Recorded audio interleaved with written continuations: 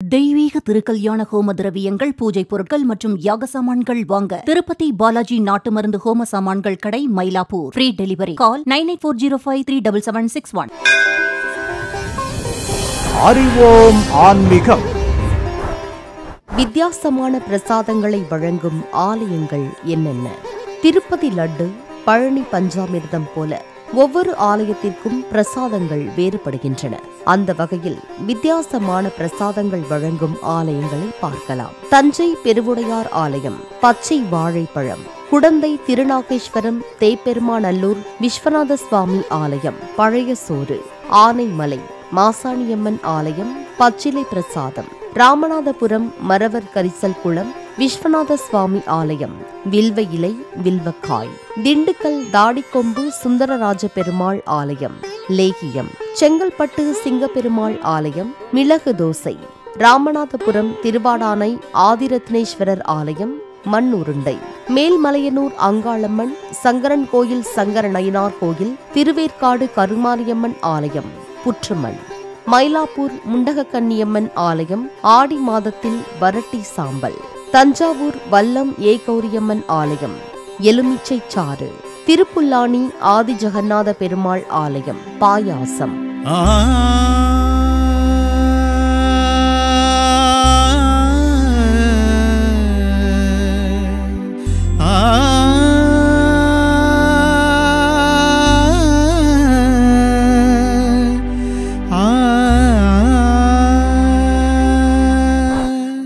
இறைவனை வழிபடுவதற்கு இந்து மதத்தில் பூக்கள் முக்கியமாக பயன்படுத்தப்படுகின்றன. பூஜை என்ற சொல்லுக்கு பூ வைத்து வழிபடுதல் என்று பொருள் கூறப்படுகிறது. இறைவன் நறுமணத்தை விரும்புபவராக இருப்பதால் பூக்களை நாம் இறைவனுக்கு அர்ப்பணிக்கின்றோம். இந்த மலர்கள் நமது கோரிக்கைகளை இறைவனிடம் கொண்டு சேர்ப்பதாக நம்பப்படுகிறது. மலரை நாம் இறைவனுக்கு அர்ப்பணிப்பதன் மற்றொரு நோக்கம் சரணாகதியாகும்.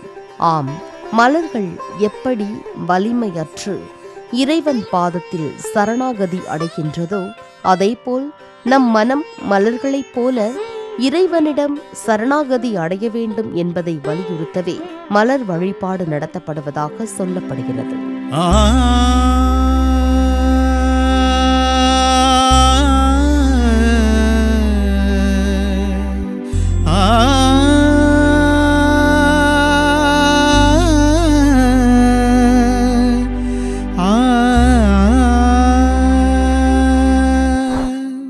மூலவர் என்பவர் எப்போதும் ஆலயத்திலே இருக்கக்கூடிய விசேஷமான மூர்த்தியாவார். இந்த மூர்த்தியை எப்போதும் வெளியே கொண்டு வர முடியாது. உற்சவர் என்பவர் உற்சவ காலங்களில் எழுந்தருளக்கூடிய மூர்த்தியாவார். இந்த உற்சவ மூர்த்தியை வைத்துக்கொண்டு புறப்பாடு உள்ளிட்ட உற்சவங்கள் செய்யப்படுகின்றன. இரு மூர்த்திகளும் வணங்கத்தக்கவர்களே. ஆயினும் மூலவருக்குத்தான் மகிமை அதிகம் என கூறப்படுகின்றது. விழா காலங்களில் உற்சவர் புறப்பாடாகி வெளியே வந்துவிட்டால் மூலவரை வழிபடக்கூடாது என்பது நியதி. உற்சவ காலங்களில் உற்சவ மூர்த்திக்குத்தான் சாநித்தியம் அதிகம் என சொல்லப்படுகிறது. பெரும்பாலும் இரு மூர்த்திகளையும் சேர்த்துத்தான் சன்னதியில் வைத்திருப்பார்கள். எனவே இருவரையும் ஒரு சேர வழிபடுவது சிறப்பு.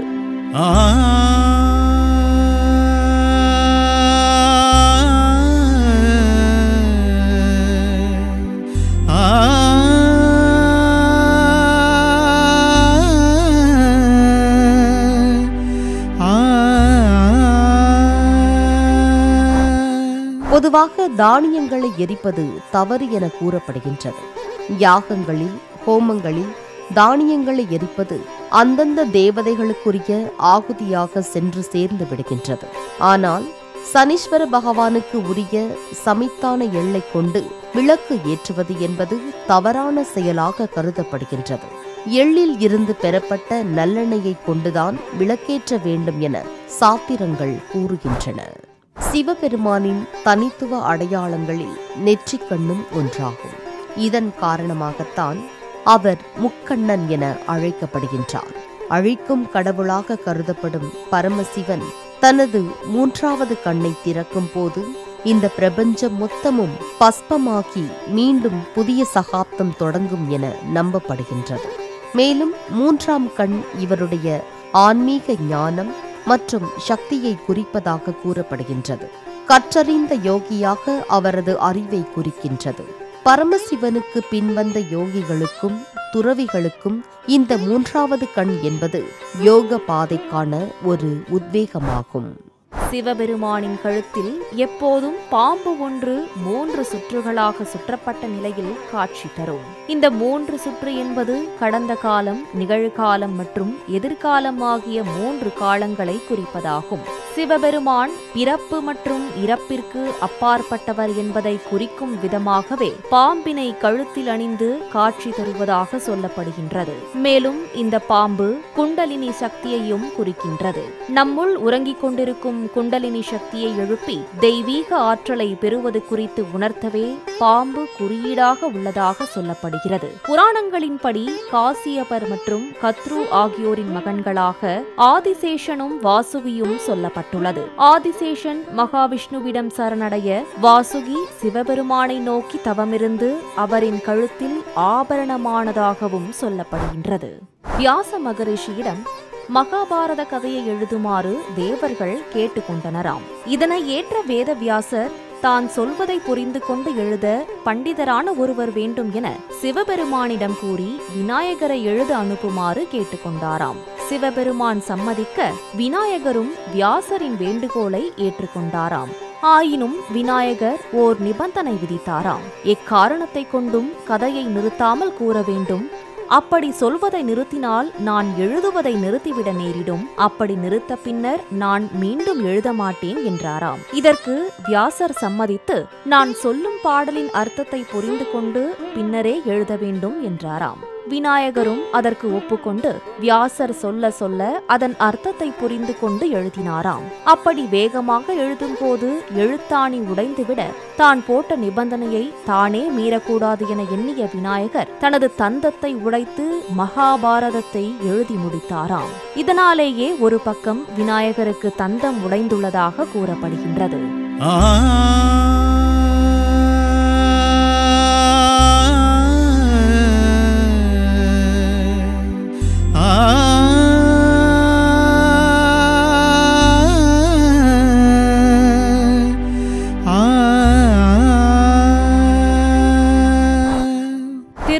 எனப்படும் திருநாமம் என்பது வைணவர்கள் இட்டுக்கொள்ளும் ஒரு புனித சின்னமாக பார்க்கப்படுகின்றது.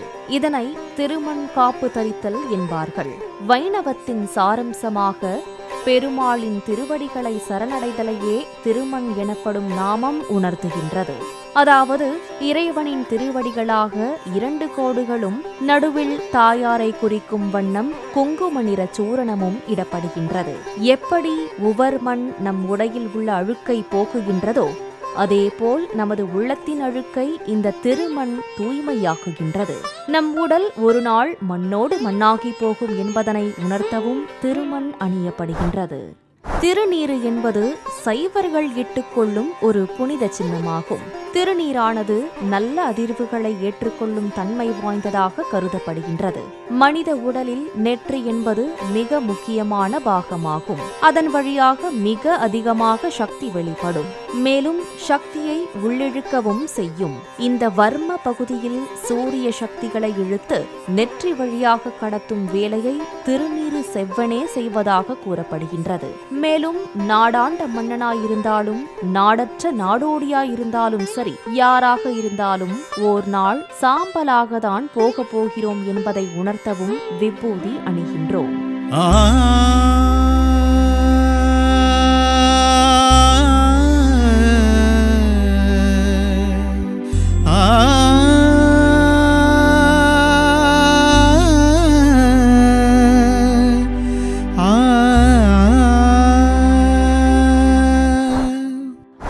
காலத்தில் திருமலை திருப்பதியின் தண்ணீர் தேவையை பூர்த்தி செய்வதற்காகவும் நந்தவனம் அமைக்கவும் ஸ்ரீரங்கத்தில் இருந்து ராமானுஜரின் சீடரான ஆனந்தாழ்வார் தனது கர்ப்பிணி மனைவியுடன் திருமலைக்கு வந்து குளம் வெட்டி திருப்பணி செய்து கொண்டிருந்தாராம்.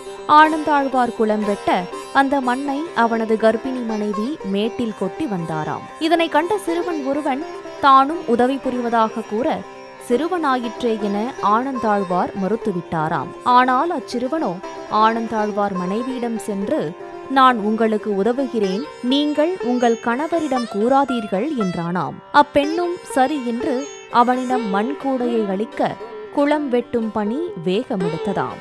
ஆனந்தாழ்வார் தனது மனைவி வேக வேகமாய் பணி செய்து வருவதைக் கண்டு சந்தேகமுற்று மேட்டிற்கு சென்று பார்க்க சிறுவன் அங்கே வேலை செய்து கொண்டிருந்தானாம்.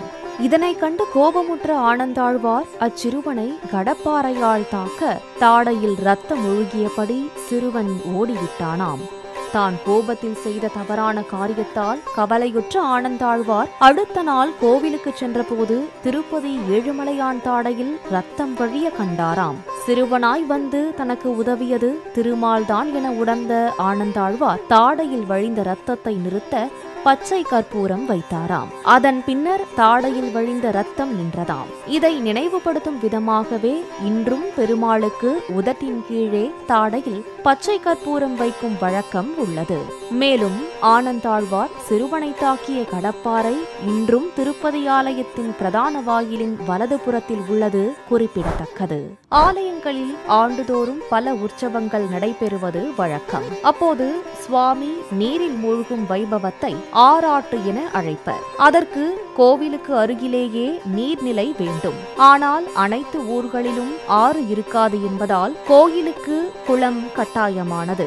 மேலும் கோயில் விழாக்களுக்கும் வைபவங்களுக்கும் குளத்து நீரை பயன்படுத்த வசதியாயிருக்கும் என்பதும் ஓர் காரணம். அது மட்டுமல்லாமல் கோயில்களில் வழிபாடு செய்வதற்கு முன்பு கோயில் குளத்தில் நீராடிய பின் இறைவனை வணங்க வேண்டும். இறைவனை வழிபடும் போது உடலும் உள்ளமும் தூய்மையாய் இருக்க வேண்டும்.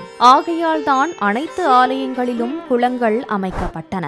சமுத்திரத்தை ஆண் ஸ்வரூபமாகவும் நதிகளை பெண் ஸ்வரூபமாகவும் சாஸ்திரங்கள் சொல்லுகின்றன. அதனால்தான் சமுத்திரத்தை சமுத்திரராஜன் என்றும் நதிகளை பெண் வடிவமாகவும் அழைக்கின்றோம். இவை அனைத்துமே வருணனின் வடிவங்கள்தான் என கருதப்படுகின்றது. பெண் நதிகள் எல்லாம் தங்களது கணவரான சமுத்திரராஜனை சென்றடைய வேண்டும் என்பதுதான் நியதி. அதனால்தான் நதி நீரை நாம் பயன்படுத்திக் கொள்ளலாமே தவிர சமுத்திரராஜனிடம் சென்று சேரும் நதிகளை தடுக்கக்கூடாது என சாஸ்திரங்கள் சொல்லுகின்றன. ஆகையால்தான் நதிகளை நாம் பெண் தெய்வமாக வழிபடுகின்றோம்.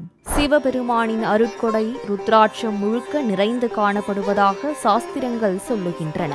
மேலும் நோய் எதிர்ப்பு ஆற்றல் நிறைந்த ருத்ராட்சம் நோய் தொற்றுகளில் இருந்து நம்மை காக்கின்றது. மனப்பதற்றம், மன அழுத்தம், நீரிழிவு நோய், இதய நோய், புற்றுநோய் போன்ற நோய்களின் தாக்கம் குறையும் எனவும் நம்பப்படுகின்றது. வெப்பத்தை கிரகித்துக் கொண்டு சுற்றுப்புறத்தினை குளிர்விக்கும் தன்மை இந்த ருத்ராட்சங்களுக்கு உண்டு. அதனால் உடலை இது குளிர்ச்சியாக வைக்கவும் உதவுகின்றது. இரவில் தூங்கும் போது ருத்ராட்ச மாலையை கழற்றி பூஜை அறையில் வைத்து விடுதல் நலம். மேலும் அசைவ உணவை உண்ணும் காலங்களிலும் ருத்ராட்சத்தை கழற்றி விடுதல் நல்லது. மறுநாள் குளித்துவிட்டு ருத்ராட்சத்தை மீண்டும் அணியலாம். ருத்ராட்சத்தில் உள்ள கோடுகளை விபூதி, சந்தனம் வைத்து மறைக்கக்கூடாது. ருத்ராட்சத்தை கருப்பு நூலில் அணியக்கூடாது என்கின்றனர். ருத்ராட்சத்தை எண்ணெய் அல்லது பசும்பாலில் 24 மணி நேரம் ஊற வைத்து கழுவ வேண்டும். அல்லது ஒரு வார காலத்துக்கு பசுனை அல்லது நல்லெண்ணெயில் ஊற வைக்க வேண்டும். பிறகு ஈரம் காய்ந்ததும் திருநீற்றில் ஒரு நாள் முழுக்க வைத்திருந்து அதன் பிறகு சுத்தமான தண்ணீரில் கழுவ வேண்டும். ருத்ராட்சத்தை சிவாலயத்தில் அணிதல் சிறப்பு.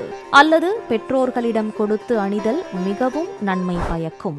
சிவபெருமானின் நெற்றிக் கண்ணில் இருந்து வழிந்த கண்ணீர் துளிகளே ருத்ராட்சம் என்று கூறப்படுகிறது.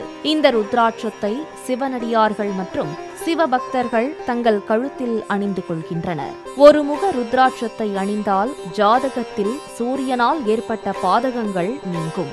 பிரம்மஹத்தி தோஷம் விலகும். ஆன்மீக தன்மை அதிகரிக்கும். இந்த ஒரு முக ருத்ராட்சம் மிக அரிதாகவே கிடைக்கும் என்பது கூடுதல் தகவல். இருமுகங்கள் கொண்ட ருத்ராட்சம் அர்த்தநாரீஸ்வரர் வடிவம் கொண்டதாக கருதப்படுகின்றது. இந்த ருத்ராட்சமும் கிடைப்பது அரிது. இது பசுவை கொன்ற பாவத்தை போக்கும். குடும்பம் மற்றும் வெளியிடங்களில் நல்ல உறவை வேண்டுபவர்கள் அணியலாம். மேலும் இந்த இருமுக ருத்ராட்சம் குழந்தை பாக்கியத்தை அளிக்கும். மூன்று முக ருத்ராட்சம் சிவபெருமானின் 3 கண்களாக கருதப்படுகின்றது. இதனை அணிந்தால் உடலில் உள்ள சோர்வு, பலவீனம் அகலும். 4 முக ருத்ராட்சம் பிரம்மதேவனின் அருள் பெற்றது. இதனை அணிந்தால் 4 திசைகளிலும் புகழ் கிடைக்கும். 5 முக ருத்ராட்சம் சிவபெருமானின் 5 முகங்களை குறிக்கின்றது. இதனை அணிந்தால் நல் மரணம் ஏற்படும். பெருமாளின் பல்வேறு வடிவங்களில் சயன கோலமும் ஒன்று. இந்த சயன கோலத்தில் பெருமாள் கண்களை மூடி நித்திரையில் காணப்படுகின்றார். கண்களை மூடியிருந்தாலும் எல்லாம் அறிபவர் அவர். மகாவிஷ்ணு கற்பனா சிருஷ்டியாகவே உலகங்களையும் உயிர்களையும் படைப்பதாக கூறப்படுகின்றது. இதனால்தான் கண்மூடியிருப்பதைப் போல காட்சியளிக்கின்றார். இதற்கு யோக நித்திரை என பெயர். அதாவது இது ஒரு தவநிலை. பகவான் புன்னகையுடன் கண்களை மூடி காட்சியளிப்பதற்கு காரணம் அவன் அறியாதது ஒன்றும் இல்லை என்பதுதான்.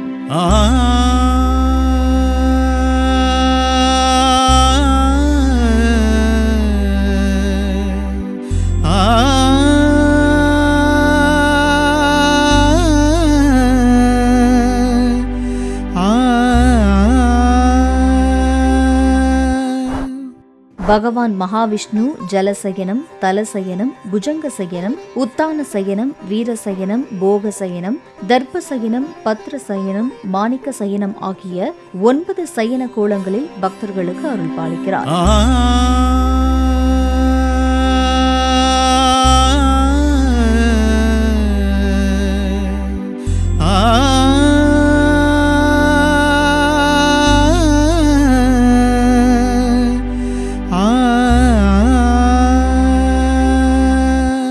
ஜலசயனம் திருமாலின் சயன கோலங்களில் மக்கள் தங்கள் பூத உடலுடன் சென்று தரிசிக்க முடியாத ஜலசயனம் 107வது திவ்ய தேசமான ஸ்ரீவைகுண்டம் எனும் திருப்பார்கடலில் அமைந்துள்ளது.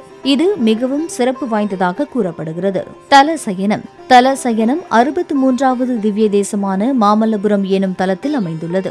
இங்கு திருமால் வலது கரத்தை உபதேச முத்திரையுடன் மார்பின் மீது வைத்து தரையில் ஆதிசேஷன் மீது சயனித்து காட்சி தருவது அற்புத கோலமாக பக்தர்களால் பார்க்கப்படுகிறது. புஜங்க சயனம் புஜங்க சயனம் அல்லது சேஷ சயனம் 1ஆம் திவ்ய தேசமான ஸ்ரீரங்கம் என்னும் திருவரங்கம் விண்ணகரத்தில் அமைந்துள்ளது. இங்கு திருமால் புஜங்க சயனத்தில் ஆதிசேஷன் மீது சயனித்து காட்சி தருகிறார். உத்தான சயனம் உத்தியோக சயனம் என்று அழைக்கப்படும் உத்தான சயனம் 12வது திவ்ய தேசமான கும்பகோணத்தில் அமைந்துள்ளது. இங்கு சாரங்கபாணி பெருமாள் திருமழிசை ஆழ்வாருக்காக சயனத்திலிருந்து சற்றே எழுந்து பேசுவது போன்ற உத்தியோக சயனத்தில் காட்சி தருகிறார். இது வேறு எங்கும் இல்லாத தனிச்சிறப்பு. வீரசயனம் வீரசயனம் 59வது திவ்ய தேசமான திருவள்ளூரில் அமைந்துள்ளது. திருமால் நான் எங்கு உறங்குவது என்று சாலிஹோத்திர முனிவரை கேட்டபோது அவர் காட்டிய இடம்தான் திருவள்ளூர். இங்கு திருமால் வீரசயனத்தில் காட்சி தருகிறார். போகசயனம் போகசயனம் 40வது திவ்ய தேசமான சிதம்பரத்தில் அமைந்துள்ளது. இங்கு புண்டரீகவள்ளி தாயார் சமேத கோவிந்தராஜ பெருமாள் போகசயனத்தில் பக்தர்களுக்கு காட்சி தருகிறார். தர்ப்பசயனம் தர்ப்பசயனம் 105வது திவ்ய தேசமான திருப்புல்லானியில் அமைந்துள்ளது. இங்கு ஸ்ரீராமர் தர்ப்பசயனத்தில் காட்சி தருகிறார். இது வேறு எங்கும் இல்லாத தனிச்சிறப்பு. பத்ரசயனம் பத்ரசயனம் 99வது திவ்ய தேசமான ஸ்ரீவில்லிபுத்தூரில் அமைந்துள்ளது. இங்கு திருமால் வடபத்ர சயனத்தில் காட்சி தருகிறார். மாணிக்க சயனம் மாணிக்க சயனம் 61வது திவ்ய தேசமான திருநீர்மலையில் அமைந்துள்ளது. அரங்கநாதராய் சதுர்புஜங்களுடன் அரவணையில் மாணிக்க சயனத்தில் காட்சி தருகிறார். இங்கு பெருமாளை நின்றான், இருந்தான், கிடந்தான், நடந்தான் என 4 நிலைகளில் தரிசிப்பது சிறப்பு. துவாபர யுகம் முடிந்து கலியுகம் தொடங்கிய போது நாட்டில் அமைதி குலைந்து போயிருந்ததால் வட இந்தியாவைச் சேர்ந்த ஷடமர்ஷனர் என்ற மகரிஷி மன அமைதி வேண்டி தென்னிந்தியா பக்கம் வந்தாராம். தற்போதைய கடலூர் மாவட்டம் வெங்கடாம்பேட்டை பகுதியில் அமர்ந்து திருமாலை நோக்கி கடும் தவம் இருக்க தவத்தால் மகிழ்ந்த மகாவிஷ்ணு அவர் முன் தோன்றி என்ன வரம் வேண்டும் என கேட்டாராம். அதற்கு மகரிஷி, சுவாமி, தாங்கள் எனக்கு நின்ற, கிடந்த, அமர்ந்த ஆகிய 3 கோலங்களில் காட்சியளிக்க வேண்டும் என்றாராம்.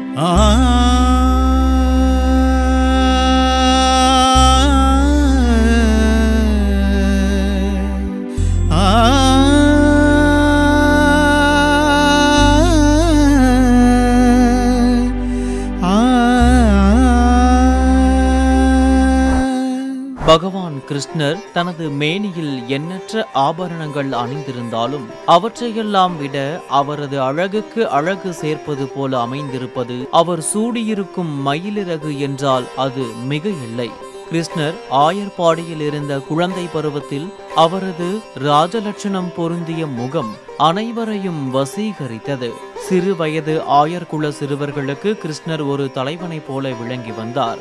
அதனால் மற்ற சிறுவர்கள் கிருஷ்ணரை கௌரவப்படுத்த வேண்டும் என்பதற்காக ஒரு மயிலிறகை எடுத்து கண்ணனின் தலையில் செருகி அழகுபடுத்தினாராம். அன்று முதல் கிருஷ்ணர் தலைமுடியில் மயிலிறகு நீங்காத இடம் பிடித்ததாக சொல்கின்றனர். அது மட்டுமல்லாமல் மயிலிறகில் 7 வண்ணங்கள் இருப்பதாக கூறப்படுகின்றது. இது பகவான் தன்னுள் எல்லா வண்ணங்களையும் கொண்டவர் என்பதையும் காட்டுகிறது.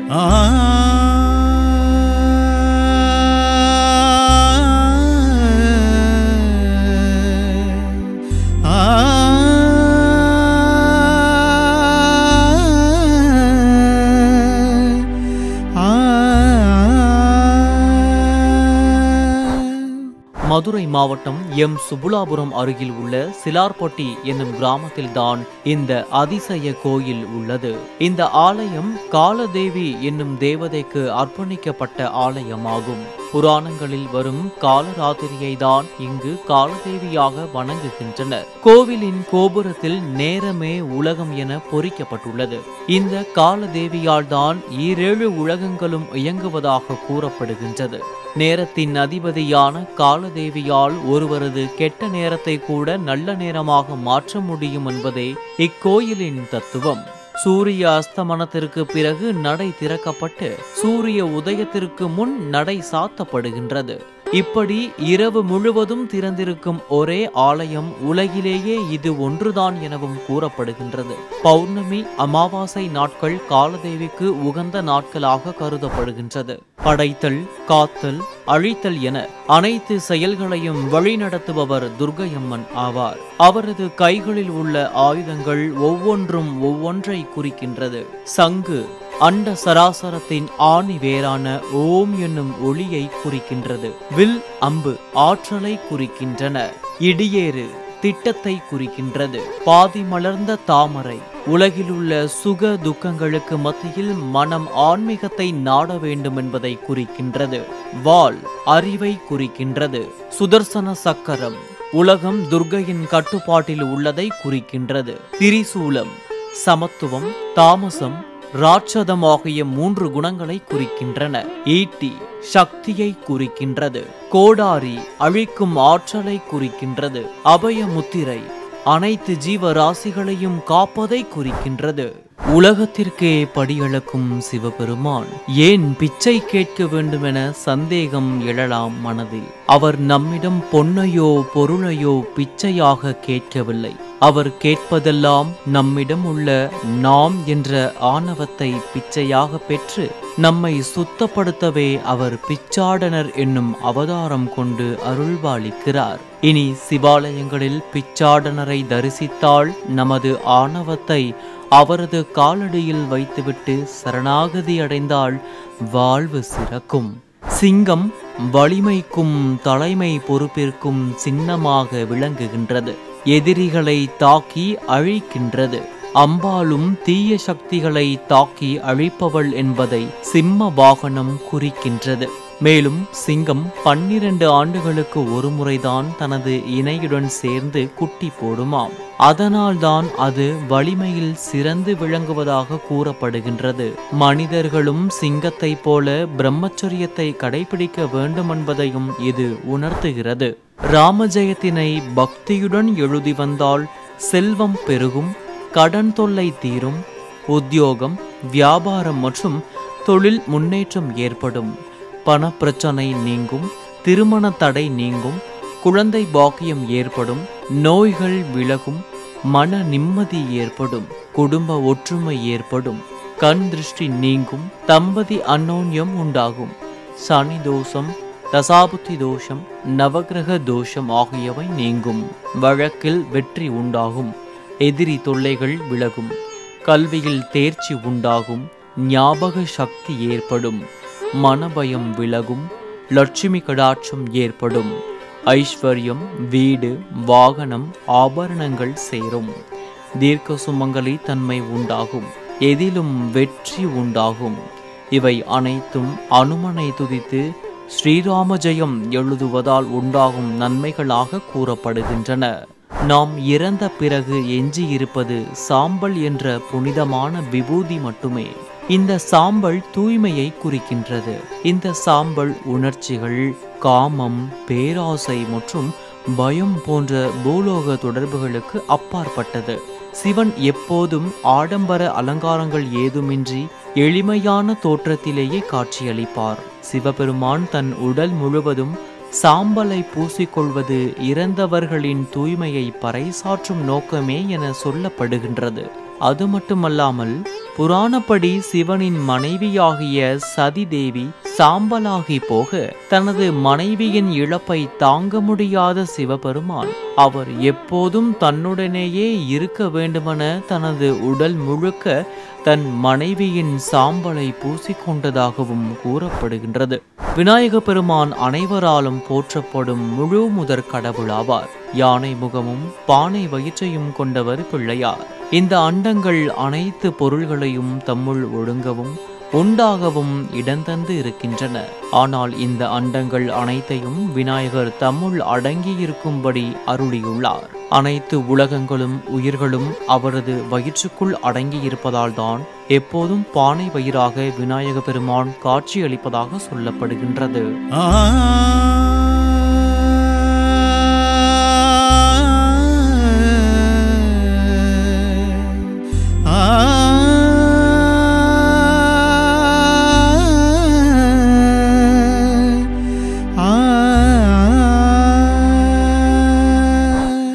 திருவண்ணாமலை மாவட்டம் தேவிகாபுரத்தில் 500 அடி மலைக்கு மேல் அமைந்துள்ளது ஸ்ரீ பொன்மலைநாதர் திருக்கோயில்.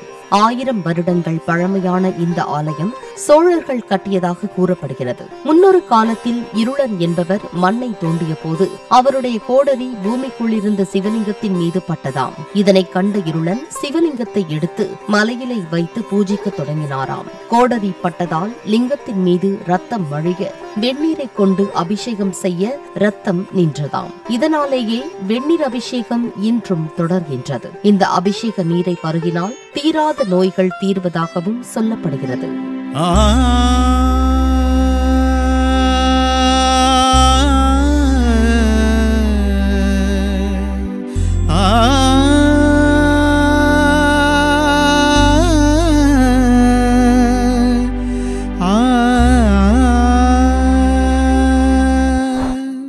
அம்மனை எந்தெந்த கிழமைகளில் வணங்கினால் என்னென்ன நன்மைகள்? அம்மனை அனைத்து கிழமைகளிலும் விரதமிருந்து வழிபடலாம். அவ்வகையில் ஒவ்வொரு கிழமை விரதத்திற்கும் ஒவ்வொரு பலன்கள் சொல்லப்பட்டுள்ளன. ஞாயிற்றுக்கிழமை அம்மனை வழிபட்டால் வாழ்வில் முன்னேற்றம் காணலாம். மன பயம் நீங்கி அனைத்து பிரச்சனைகளுக்கும் தீர்வு கிடைக்கும். திங்கட்கிழமைகளில் அம்மனை வழிபட்டால் இடையூறுகள் நீங்கி நன்மை பெறலாம். உடல்நலக் குறைவு நீங்கி நீண்ட ஆயுள் கிடைக்கும். செவ்வாய்க்கிழமையில் அம்மனை வழிபட்டால் குடும்ப பிரச்சனைகள் நீங்கும். பில்லி சூனிய பாதிப்புகளின்றி வாழலாம். புதன்கிழமையில் அம்மனை வழிபட்டால் அறிவு கூர்மை பெருகும். வாழ்வு மேன்மையடையும். வியாழக்கிழமையில் அம்மனை வழிபட்டால் எதிரிகள் உட்பட அனைத்து தொல்லைகளும் நீங்கி சுகம் பெறலாம். வெள்ளிக்கிழமைகளில் அம்மனை வழிபட்டால் வாழ்வில் அனைத்து வளங்களையும் பெறலாம். சனிக்கிழமைகளில் அம்மனை வழிபட்டால் வழக்குகளில் வெற்றி பெற்று நிம்மதியான அமைதியான வாழ்வை பெறலாம். நமது மரபில் புற்று வழிபாடு பழங்காலந்தொட்டே காணப்படுகின்றது. இந்த புற்று வழிபாடு என்பது புற்றில் குடியிருக்கும் நாக வழிபாட்டையே குறிப்பதானாலும் சில தலங்களில் அம்பிகையின் வழிபாடாகவும் அமைந்துள்ளன. புற்றுகள் கவசமாக விளங்க அவற்றில் மறைந்திருந்த சுயம்பு லிங்கங்கள் வெளிப்பட்டன என்று பல தல புராணங்கள் கூறுகின்றன. எல்லா தெய்வங்களுமே நாகத்துடன் தொடர்பு படுத்தப்பட்டிருந்தாலும் பெரும்பாலும் சக்தியின் வடிவமாகவே நாகங்கள் வணங்கப்படுகின்றன. புற்றின் துவாரத்தின் வழியாக படமெடுத்து நிற்கும் நாகத்தை தரிசிப்பது என்பது தெய்வ தரிசனம் என்று மக்கள் கருதுகின்றனர். குடும்ப நலன் கிடைக்கவும், குறைப்பிரசவம் உண்டாகாமல் தடுக்கவும், நோயின் தாக்கம் தணியவும், சர்வதோஷம் நீங்கவும் புற்று வழிபாடு துணை புரிகின்றது. நினைத்தது நிறைவேற மஞ்சள் நூலால் புற்றை சுற்றி கட்டியும் புடவை சாற்றியும் வழிபடுகின்றனர். ஒவ்வொரு மனிதனின் பிறப்பிற்கும் அடிப்படையாகின்றன நட்சத்திரங்கள். மனிதர்களின் தலைவிதியை எழுதும் பரிபாலகர்களாக செயல்படும் நவகிரகங்களும் 3 நட்சத்திரங்கள் வீதம் அமர்ந்து 27 நட்சத்திரங்களை ஆட்சி செய்கின்றன. நற்பயன் கிடைக்க அவரவர் நட்சத்திரங்கள் வீற்றிருக்கும் ஆலயத்திற்கு சென்று வழிபட்டால் நன்மை நடக்கும். இந்த 27 நட்சத்திரங்களும் ஒரே ஆலயத்தில் தரிசித்தால் எவ்வளவு சிறப்பாக இருக்கும்! அத்தகைய அற்புத ஆலயம்தான் சென்னையில் வடதிசையில் அமைந்துள்ள திருவொற்றியூர் ஸ்ரீ ஆதிபுரீஸ்வரர் ஆலயம். இந்த ஆலயத்தில்தான் 27 நட்சத்திரங்களும் அருள் பாலிக்கின்றன. ஸ்ரீ ஆதிபுரீஸ்வரரை 27 நட்சத்திரங்களும் வந்து வணங்கி வழிபட்டதற்கு சாட்சியாக 27 சிவலிங்கங்களும் தனித்தனி சன்னதியில் இந்த ஆலயத்தில் காட்சியளிக்கின்றன. இது போன்ற அமைப்பு வேறெந்த சிவன் கோயிலிலும் இல்லை என்று கூறப்படுகின்றது. அவரவர்களுக்கு உண்டான நட்சத்திரத்திற்கான சிவலிங்கத்திற்கு அபிஷேகத்துடன் சர்க்கரை பொங்கல் வைத்து வழிபட்டால் அனைத்து நன்மைகளும் ஏற்படும் என கூறப்படுகின்றது. தஞ்சை அருகே தென்குடி திட்டையில் உள்ள ஸ்ரீ வசிஷ்டேஸ்வரர் ஆலயம் அமைந்துள்ளது. இக்கோயிலின் அஸ்திவாரம் முதல் கோபுரம் வரை முழு கோயிலும் கிரானைட் கற்களால் கட்டப்பட்டுள்ளது. கருவறை விமானம் சந்திரகாந்த கலினை வைத்து கட்டப்பட்டுள்ளது. இக்கல் சந்திரனிடம் இருந்து கிரகங்களை பெற்று நீராக்கி அதை 24 நிமிடங்களுக்கு ஒருமுறை மூலலிங்கத்தின் மீது விழச் செய்து அபிஷேகம் செய்கிறது. பெரும்பாலான கோவில்களில் தட்சிணாமூர்த்தி குரு பகவானாக வழிபடப்படுகிறார். ஆனால் இங்கு நவகிரக குரு பகவானாக பக்தர்களால் வணங்கப்படுகிறார். இக்கோயிலின் 4 மூலைகளிலும் பிரதான தெய்வத்தை மையமாக வைத்து 4 சிவலிங்கங்கள் நிறுவப்பட்டுள்ளன. எனவே இந்த கோயில் பஞ்சலிங்க க்ஷேத்திரம் என்றும் அழைக்கப்படுகிறது. இங்குள்ள இறைவனை வணங்குவது அனைத்து பஞ்சபூத ஸ்தலங்களிலும் உள்ள இறைவனை வழிபடுவதற்கு சமம் என்பது நம்பிக்கையாக உள்ளது.